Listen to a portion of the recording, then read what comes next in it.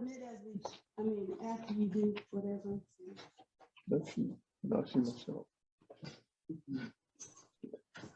Okay, good evening.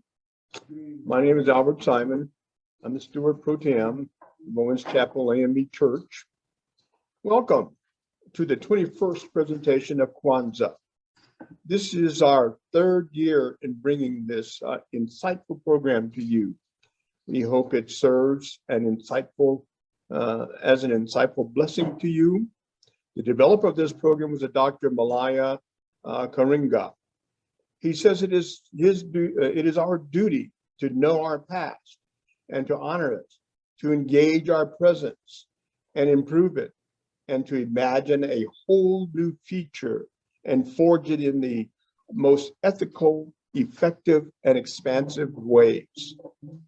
So, beginning December the 26th and lasting for 7 days, Kwanzaa is a celebration of community, family, and culture, established as a means to help African Americans reconnect with their African roots and heritage. This evening is the second day. Again, it is time for communal self-affirmation when famous Black heroes and heroines, as well as late family members, are celebrated. The service begins with a prayer given by me. Dear Lord and Father of mankind, forgive our foolish ways. Bless us as we do this celebration, folks. Bless us and protect us from the virus, from the evil ways. Bring us together in great hope. This prayer I pray, amen. Next, you light the candle.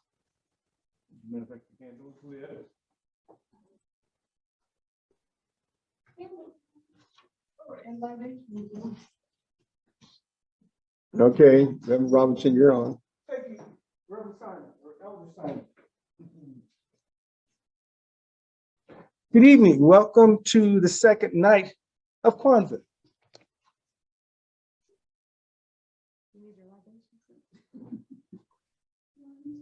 When I studied the tradition of Africa, I was taught that you'd always go through your elders. Check with the village elders so that you may have directions on what you can do and what you should do. And so that tradition is, now I'm asking my ancestors, may we proceed. Ancestors who have brought us this far, who've given us wisdom, who've given us strength, who taught us not to flinch and to hide, may we proceed. May we honor you through libation, through song, through wisdom, and through knowledge. And a tradition I learned when I was in Phoenix for a conference one time, a lady came and said, you know, at these celebrations, people have a libation.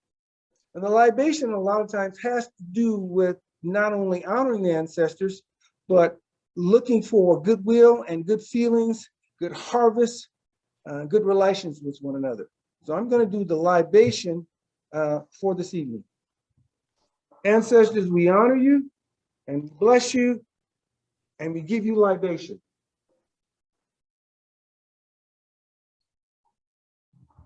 Now that can go on for several minutes or even half an hour, giving libations to those people who need honor and need reverence. I just did it so that we may start this evening. So the libations have been given. You have a prayer yet? I've done this prayer. Good. All right. I'm all done. And so we need the Kwanzaa song.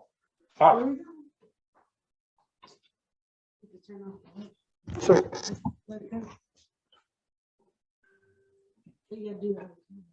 okay, do the points.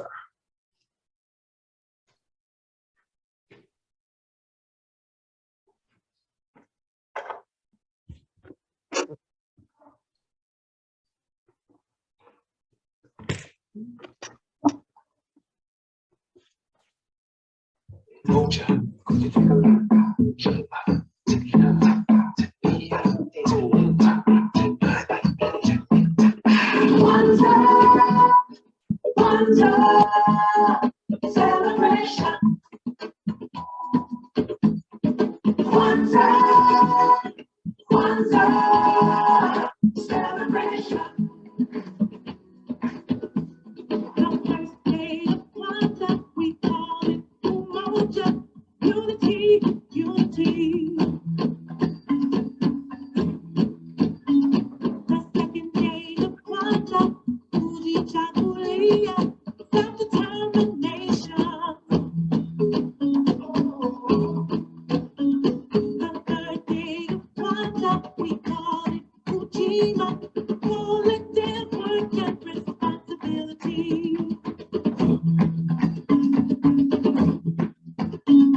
The fourth day of Kwanzaa, we call it Jama, cooperative economics.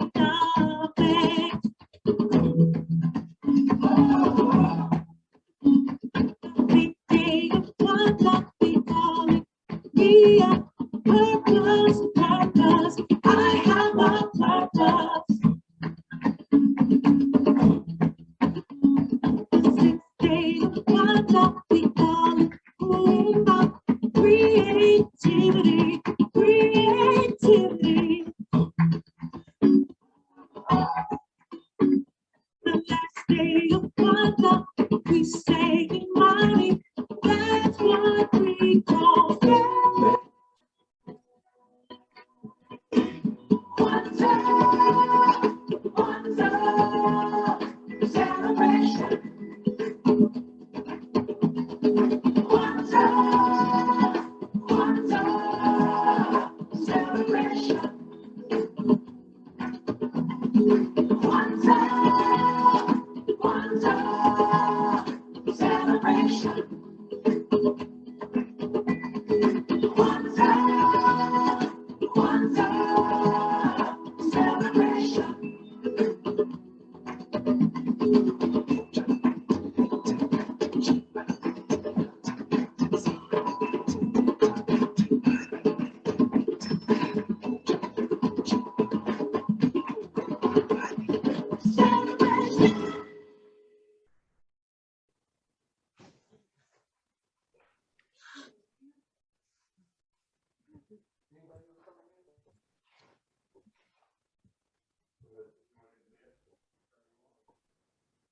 I have to turn back the.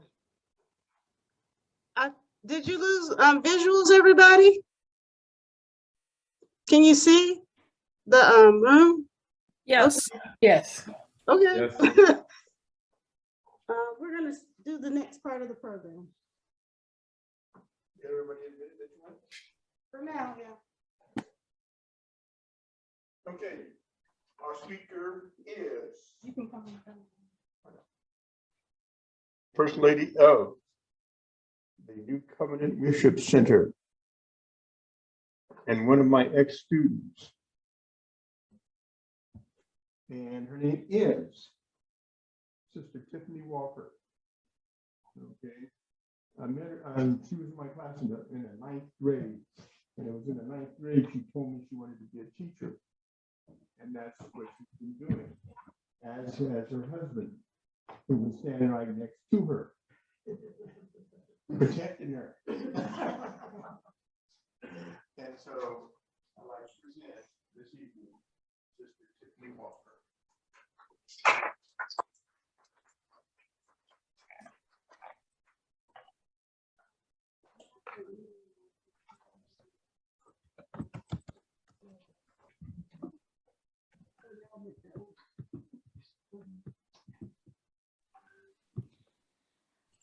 I'm sorry to interrupt, but if we could get someone to speak into the mic when they're speaking, that would be helpful because we couldn't hear the introduction. Thanks.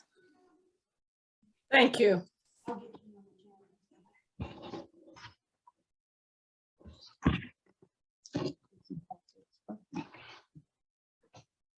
Good evening, everyone. So today I will be speaking on the second day of Kwanzaa.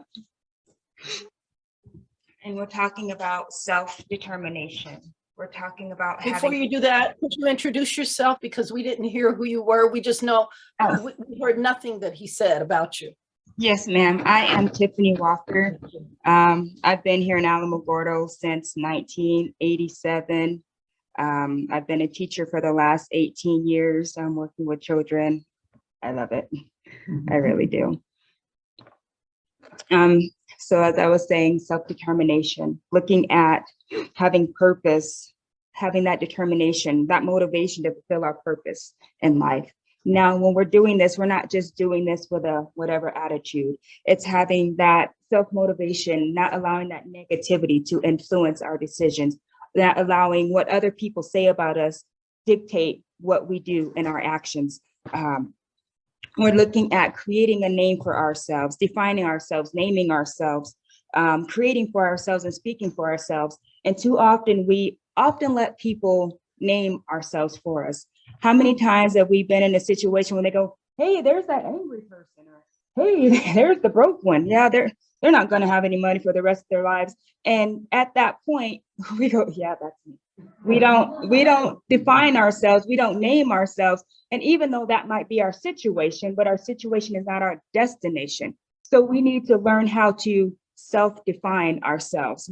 Now, and we want an example. We can take a look at David. So now let's take a look at David. The first situation I'm thinking of is when Samuel came to anoint a king. Now, automatically, Jesse, he brought all his other sons in, except for David. Now, there's times where even people that are closest to us will define us. Now, Jesse was the one that was too young. Jesse was the one who couldn't do this. He's out in the field. He can't do that. So automatically, he's already been labeled. Now, it's not what he said about him. He didn't even have the opportunity to say it. And it was his own father who was like, no. And when he saw the first son, he automatically assumed this is the king. But God's like, not so. And it got to the point where Samuel was like, okay, all these sons, they're not it. Are there any more? And Jesse's like, I have one son, but he wasn't even important enough to be invited to the feast. So automatically there we see a label slapped on him. He's not enough. He's not good enough. But in all actuality, we see that through his self-determination, through his motivation, through him defining himself, he ended up being a king. So we're not going to let what other people say dictate what we do. We are going to be self-motivated. We're going to have that self-determination, that self-motivation to continue to strive on. So we take another look at David. We have David and Goliath. So we know the story of David and Goliath. And in all actuality, David really wasn't even supposed to be there. He was the delivery boy. He was the one who was bringing food to those that were supposed to be battling. So again, he wasn't considered. But David being David, he heard the conversation and he's the one that stepped up. So there's times where we're not even part of the situation, but we see the need and we know who we are because we know we have self-defined ourselves and we know whose we are. So that is our time to step up and do what we need to do and do what God has called us to do. And so with David, we see that he's hearing the conversation about what's going on. We have this delivery boy who's bringing this food down and he sees and hears what's going on and he steps up. Now, here again, he could have easily said, here's the food, I'm out, I'm gone, take care of it. But again, that self-determination, that self-motivation, defining who he was, he's like, I'll do it.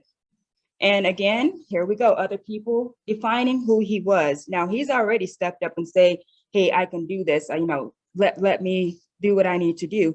But here we go. We have somebody again, defining him for him. It wasn't enough that he said, I'll do it. I'll go down there. But now he had somebody, he said, I'll do it. But now you have somebody who's defining him.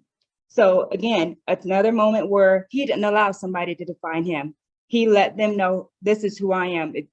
Saul was like, you're young, you're inexperienced. Goliath has been a fighter, a warrior since his youth. But again, hearing all this negativity, we see that it did not stop David. He was convinced, he's like, I've killed sheep, I've killed bears that's come and stolen, I've killed lions and I've killed bears that's come and stolen the sheep, and surely I can kill him. So again, here we see David setting this example for us. Again, that self-motivation, that self-determination. not allowing anybody to define who he is. He's defining his character. He's speaking up, letting them know this is who I am. I'm not allowing you to put your own labels on me. I'm going to speak up for who I am and who God says that I am and everything that I know that I can be. So when David says, okay, I'll do it, there's times where we step up and then everybody want to kind of put their hands in it. And Saul's like, well, you're going to need this and you're going to need this and I know what I need. And so again, creating for himself, he could have easily taken all this armor and went down and fought with all this heavy stuff on, but he created for himself. He knew what he needed. And so he picked up the stones. Now, everybody else around him could have been like, you see this giant? Here you are with some rocks. What are you going to do with rocks? Really, like, what's that about? But again, he was self-defining. He spoke who he was. He created who he was. He spoke up for who he was and whose he was. And so in the end, we know that he's the one that defeated Goliath and then killed him and chopped off his head. Now, had he listened to the crowd, who knows what could have happened. But when you speak up and you define who you are and whose you are and what you can do in God, then we know that that's a game changer. And then when we look at another example, the woman with the issue of blood, she had this issue for a long time.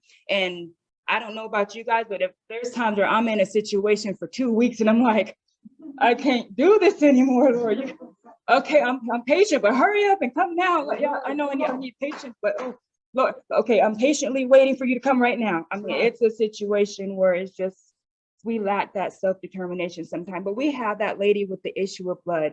And when we have a situation to go on for that long, and she still believed that things were going to change. Now, she could have easily given up. She could have said, I spent all my money on doctors. Yes, I'm that broke woman with the issue of blood and woe, it's me. But as we read in the story, that did not happen. She pressed towards God. She was self-determined. Now, in all honesty, how many of us would go through that situation, still believe, and still possess that self-motivation to continue on? And honestly, I mean, being realistic and being honest with myself, I don't know if I can say that I can go on that long and want just being realistic. But we have that example here of self-determination, self-motivation. And that tells us, regardless of the situation that goes on, regardless of how long you think it's been, and it's all in God's timing. And it's for us not to give up, for us to continue in this race. And I'm going to read where it says, in Philippians chapter 3, verses 12 through 17, this is from the NIV. It says, now that I have already obtained all this, or have already arrived at my goal, but I press on to take hold of that which is Christ Jesus took hold of me.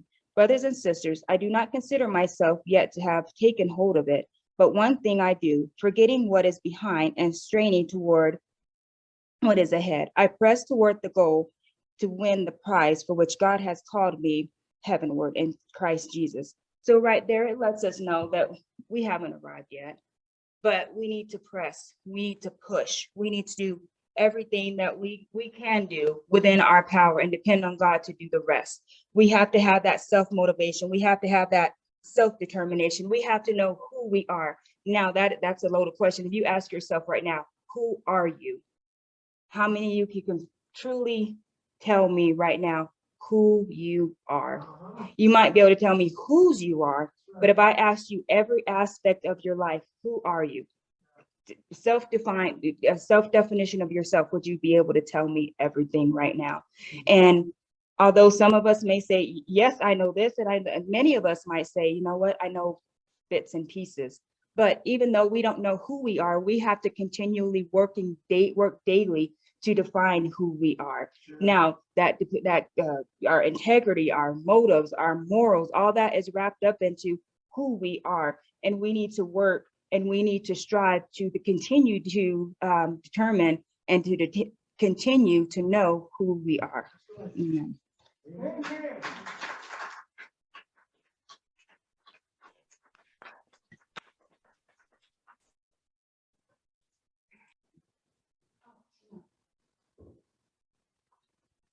Do you have any questions? Do you have any questions?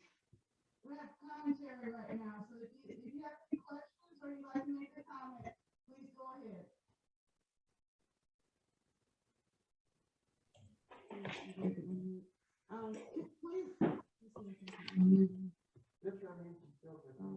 pass the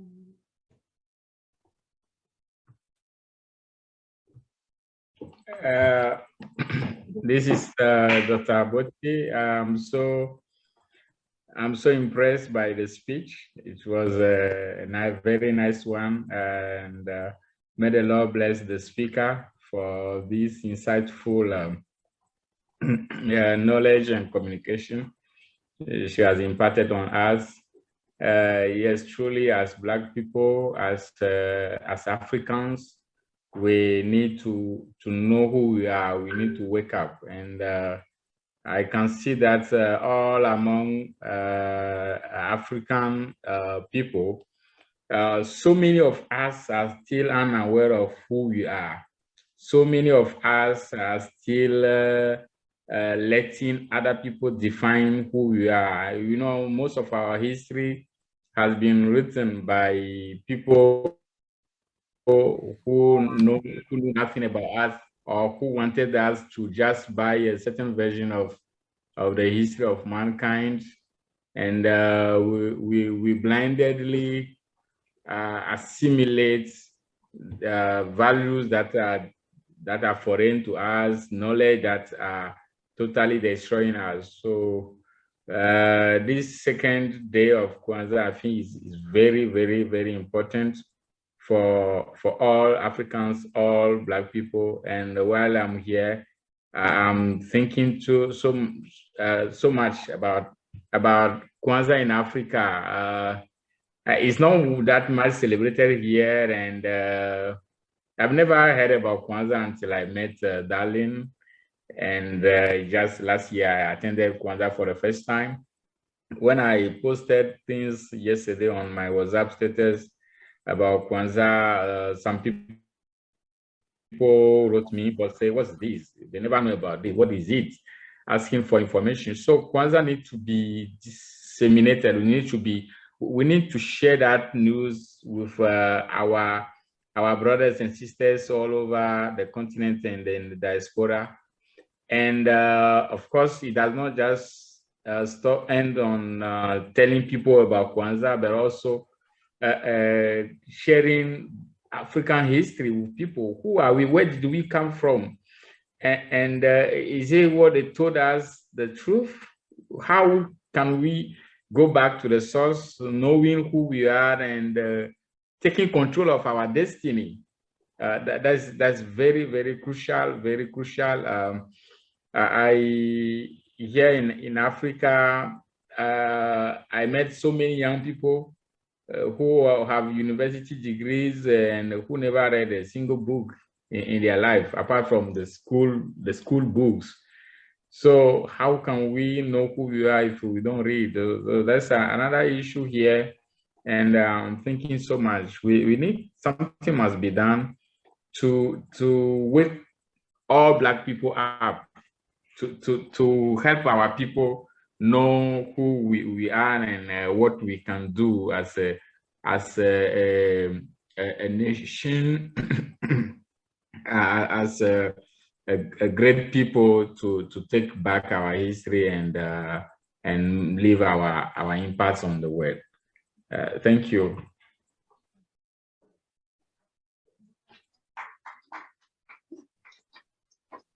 Would there be another comment or question?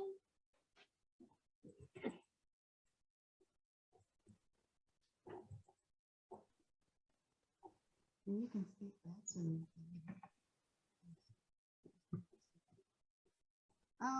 Pastor Barrett, would you like to comment or question?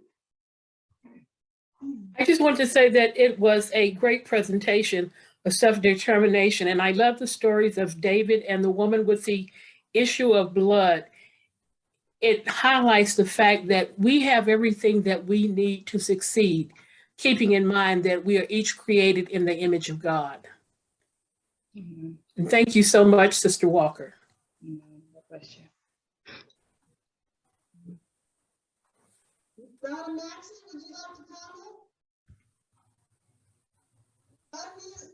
I think I hear my name called, but you're too far from the microphone. Did I hear my name called? The microphone's right here. Can you hear me? Can you hear me? No, Okay, say something to her. Can you hear me? now I can hear you. Yes, she just asked if there was something that you wanted to add or say at this time. I just said thank you for your wisdom. And even more than that, I thank you as a teacher for helping and guiding our children. I'm a retired teacher myself. And so I think that this is all very important. And it's important for us to share with the students coming along behind us, the children, not only the information, but to share through our words and our actions what is important. And I loved it when you said, when you lit up, when you said you love teaching. So thank you very much. And I'm gathering ideas on what I'm going to say tomorrow night, okay? Some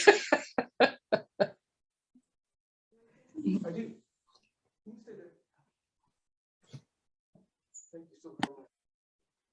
you don't know there, but Dr. Abachi is from Togo, West Africa. And we have a program going with him where we have sponsored some students. Robbie, we can't hear you. Can you hear me now? Now I can hear you. So Dr. Abachi is being broadcast from West Africa. And what he has done is he's inspired students to be self-determined. He's taught them to set up businesses. And he just sent me a picture of Emma's purse, where these people have taken raw materials and made beautiful purses, and now they're going to go out and sell them. He's teaching them to be entrepreneurs and giving them the courage to do these things on their own.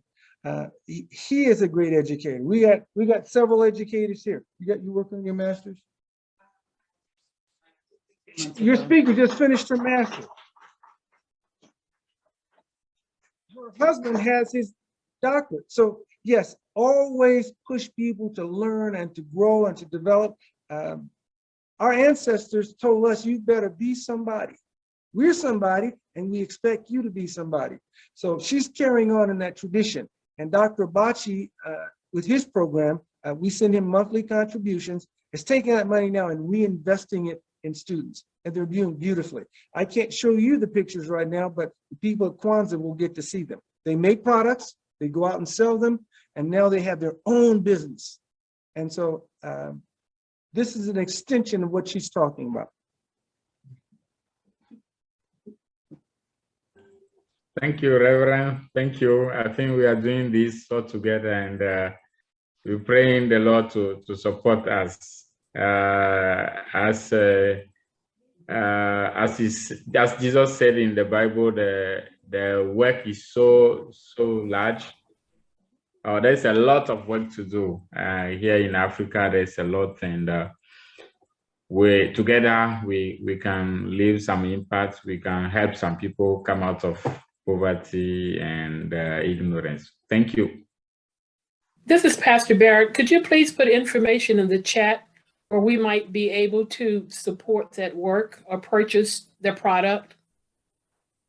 We'll put that in the chat tomorrow night if you don't mind. I'm pretty new at this, so Darlene probably be able to put that in there, but we'll have the address and all the information about, it's the, how do you say the name of the scholarship? Oh, Dad. How do you say the name of the scholarship? It's one of our principles. It's the name of, it's our scholarship fund, so we'll get that in there. We can't hear I you. can't hear you. We'll get that information into the chat room tomorrow about Ujama. Okay. Oh, okay, we're gonna do it tonight.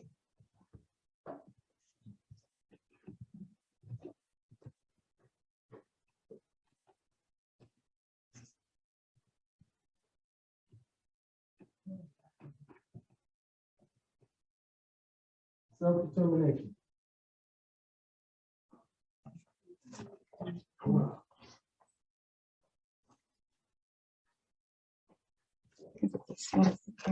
Website? Yeah. Okay.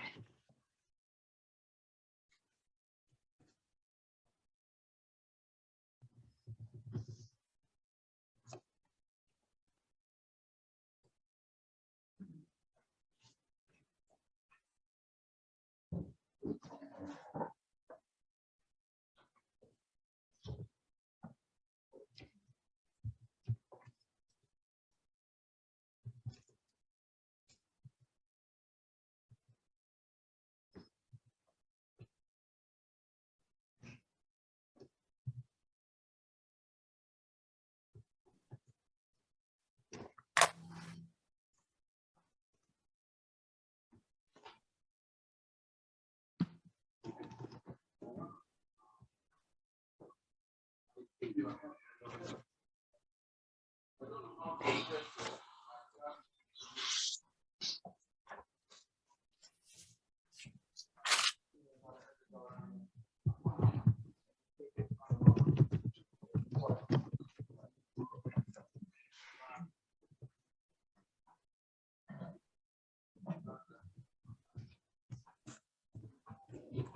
he's the professor who has these students in school.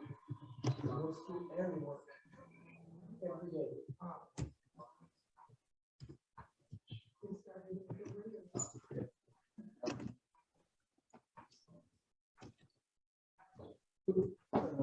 This is not for them, but this program was started because Darwin met us. And in our Kwanzaa 2 years ago, last year, I said, how much would $50 go in your country? How much will that help what you're doing? They said it would be tremendous. So we ended up sending them 100. They sponsored, this is the 7th student that sponsored, so that they can buy materials, produce materials, and then go out and sell it.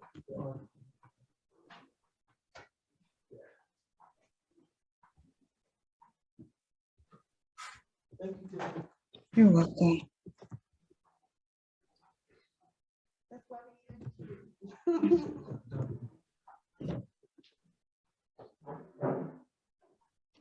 you. You're welcome. Thank you very much, Tiffany.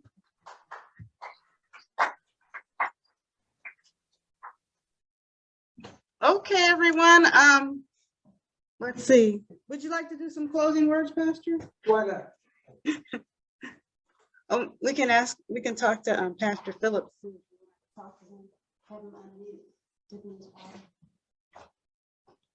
Reverend Phillips, if you'll unmute, I'm going to tell you how proud we are of your daughter. Okay, Yeah, great. she did a wonderful job. She got a pretty good husband too. Yes, Tomorrow night, we will continue our program. We'll start at 6 o'clock. I hope you didn't have any trouble getting in. If you have, let us know, and we'll try to make it as smooth as possible. But each night it gets a little bit better, and we'll have another guest speaker tomorrow. One of our speakers is going to be Dr. Bachi. He's going to broadcast from Africa. We'll have another speaker, Donna Maxey, who will be from Portland, Oregon. And Dr. Barrett will be from Tucson, Arizona. So this is a global thing. If you have a good word to send it everywhere and spread it. And so we are excited about having you join us. And I'm sorry you're not here to eat with us tonight, because we're going to eat so well and we're going to enjoy ourselves. And we'll just let you know how much we enjoy it. Will you show us the room? It was very nice seeing that last night. Yes.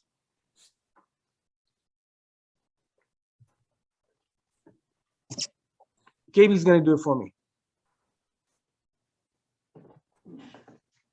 Sorry. Sorry to make you dizzy. Pull it as steady as you can, baby, just like you with a camera. There you go. All right. A little bit higher, just a little bit higher. There you go.